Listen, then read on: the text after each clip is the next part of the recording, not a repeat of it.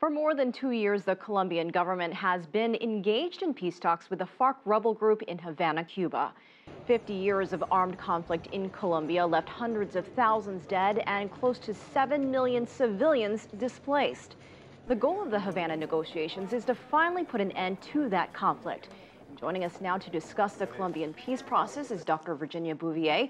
She's a senior advisor on Latin American programs at the U.S. Institute of Peace. Dr. Bouvier, thank you so much for joining us. You're welcome. What do you think at this point is the main roadblock to getting an agreement?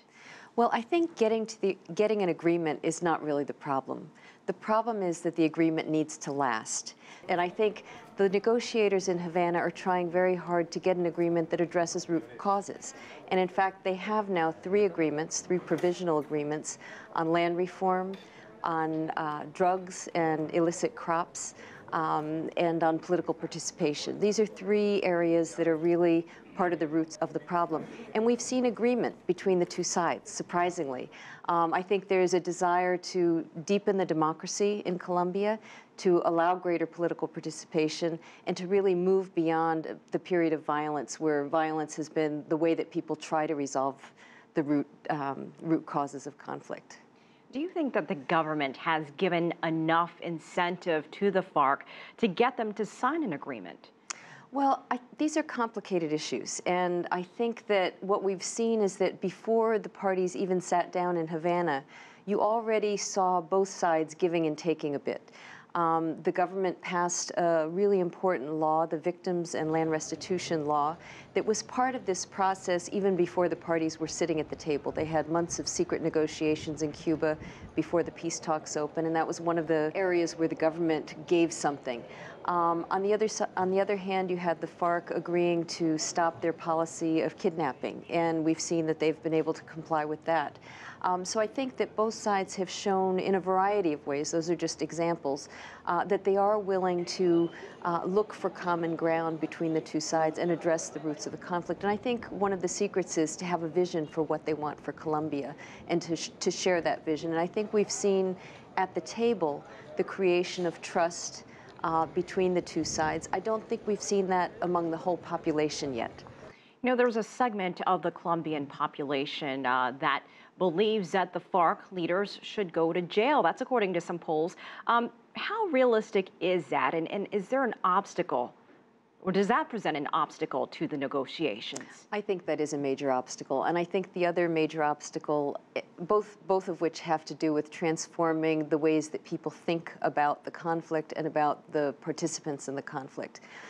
In most conflicts, when you have a negotiated solution or political settlement, the insurgents are brought back into society and have a role to play in the politics, particularly if the armed conflict was politically motivated. And in the Colombian case, it was. One of the root causes of the conflict was the exclusion of those who wanted to change the system. In the United States or in other places around the world, when people have a different vision, the visions are debated, they're discussed, some sort of compromise solution is often reached, or the majority gets the vote and the process moves forward.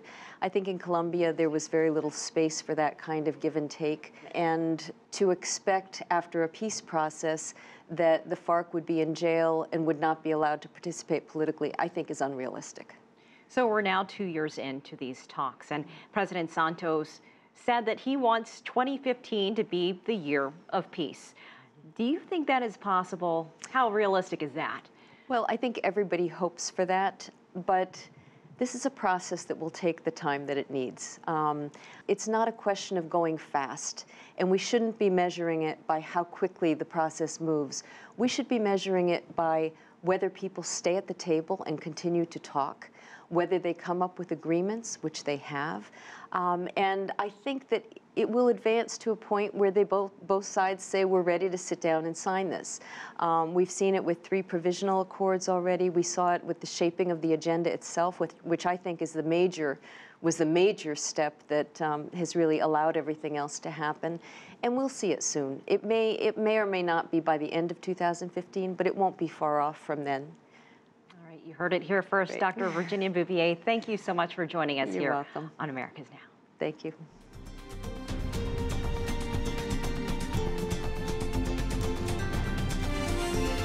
America's Now.